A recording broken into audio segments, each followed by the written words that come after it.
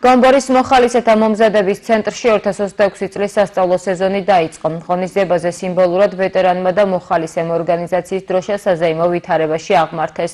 შემდეგ კი მონაწილეებმა გომბორის სასწავლო ცენტრის ინფრასტრუქტურა დაათვალიერეს. სწავლების კურსი 9 ოქტომბრამდე გაგრძელდება.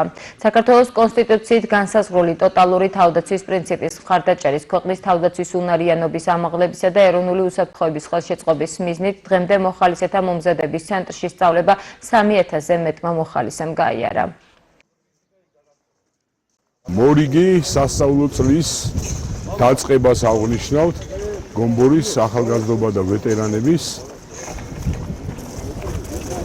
ბანაკისი, სადაც არიან წარმოდგენილი როგორც ახალგაზრდები, ასევე სხვადასხვა სახელმწიფო ინსტიტუციების წარმომადგენლები, მათ შორის განათლების სამინისტრო, ვეტერანთა საქმეების სახელმწიფო სამსახური, თავდაცვის სამინისტრო და ჩვენი ის ძალოვანი სეგმენტი, რომელიც პასუხისმგებელია ქვეყნის თავდაცვის უნარიანობის და ჩვენი ახალგაზრდობის სახელმწიფოებრივად განვითარების მიმართულებით.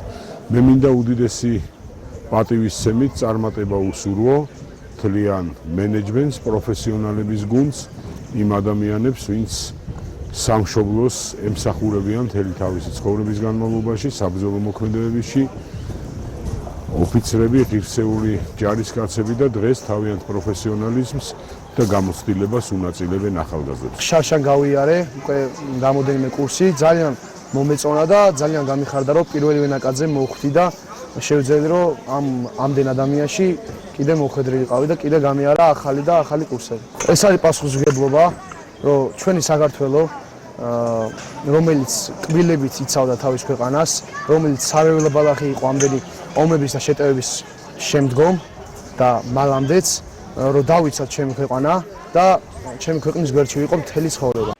გამოშვებას რეგიონის გარეთ განვითარებული მოვლენებით განვაგრძელებთ.